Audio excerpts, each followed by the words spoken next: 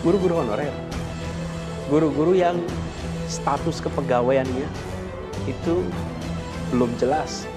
Ini harus diselesaikan, Bang, supaya mereka bisa fokus pada mendidik. Dan pendapatan yang mereka terima harus setara dengan kebutuhan hidup di tempat itu.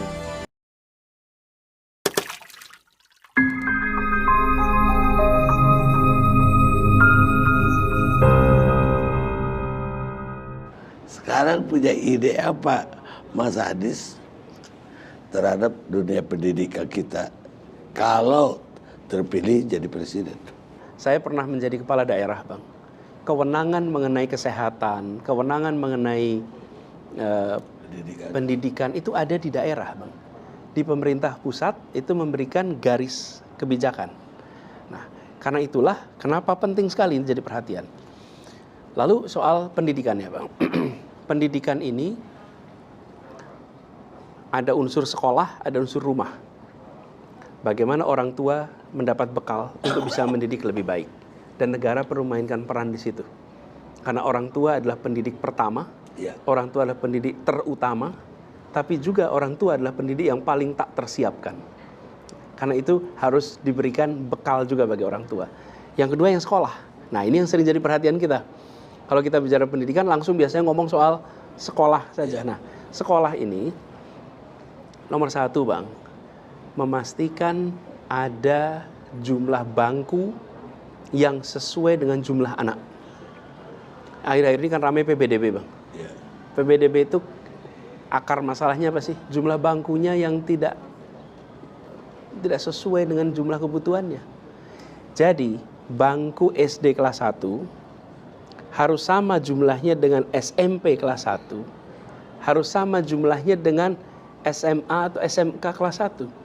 Sehingga setiap anak masuk SD, dia punya bangku sampai dengan lulus kelas 12. Walaupun wajib belajar kita masih sampai 9 tahun. Tapi kita harus siapkan ke sana. Jadi apa yang perlu dilakukan? Penambahan SMP, SMA di banyak tempat yang hari ini kurang. Bisa polanya satu atap, pagi dipakai SD, sore dijadikan SMP kalau mau lebih cepat. Bisa dibangun SMP Impres, SMA Inpres. Sehingga ada percepatan untuk pembangunan SMP SMA supaya jumlahnya sama. Jangan sampai seperti piramid, Bang. Jumlah SD-nya banyak sekali, partisipasinya bisa sampai mendekati 100% untuk SD. Tapi begitu SMP turun, SMA turun, habis itu yang sampai pendidikan tinggi sedikit sekali. Jadi satu itu. Yang kedua, terkait dengan kegiatan belajar mengajarnya, kurikulum yang sudah ada biar itu dijalankan.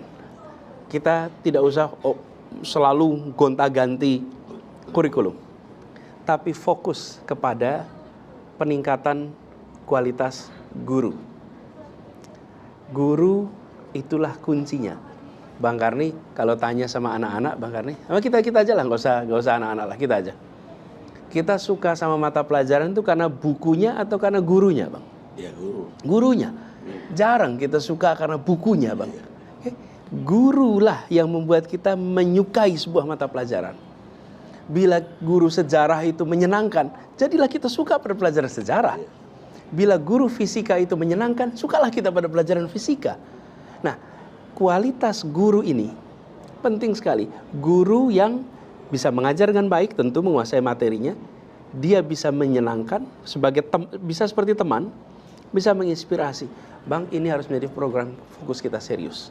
Peningkatan kualitas guru kita. Bila ini kita kerjakan dengan serius, maka dampaknya akan luar biasa.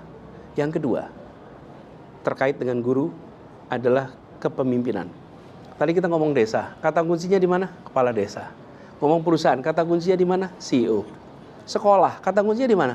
Kepala sekolah.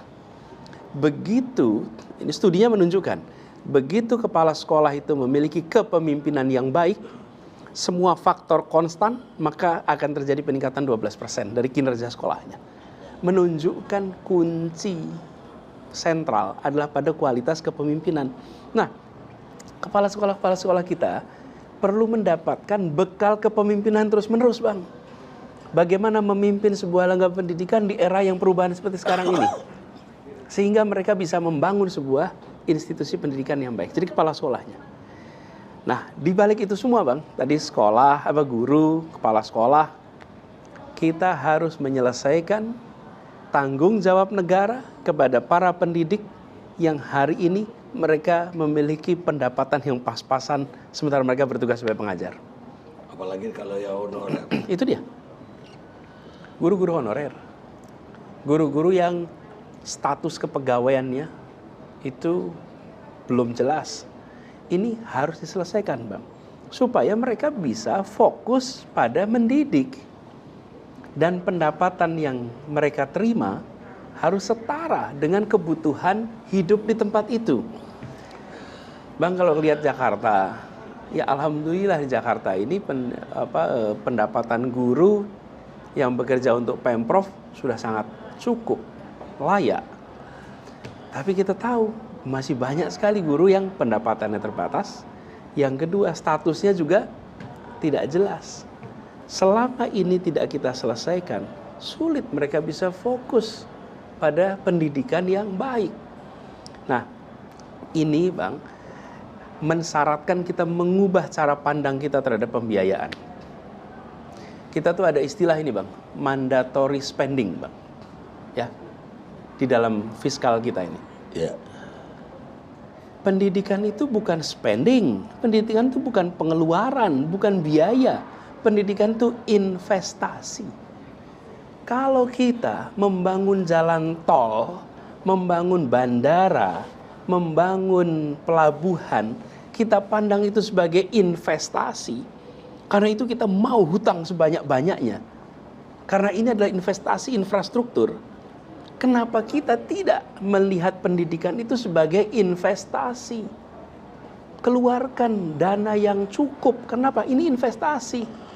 Guru yang dapat kesejahteraan yang baik, sekolah yang fasilitasnya baik, kemudian buku-buku yang baik, sarana dan prasarana yang baik. Pandang itu sebagai investasi. Selama bangsa ini dan selama pemimpin-pemimpin di bangsa ini memandang pendidikan sebagai pengeluaran, maka pendidikan akan maju. Selama kita memandang seperti itu, kita harus mengubah menjadi sebuah investasi. Kalau investasi, kita akan mendapatkan hasilnya besok. Lalu ada yang menyebut begini Bang, pendidikan itu mahal. Ya, pendidikan itu mahal. Tapi ketidakterdidikan itu jauh lebih mahal lagi Bang.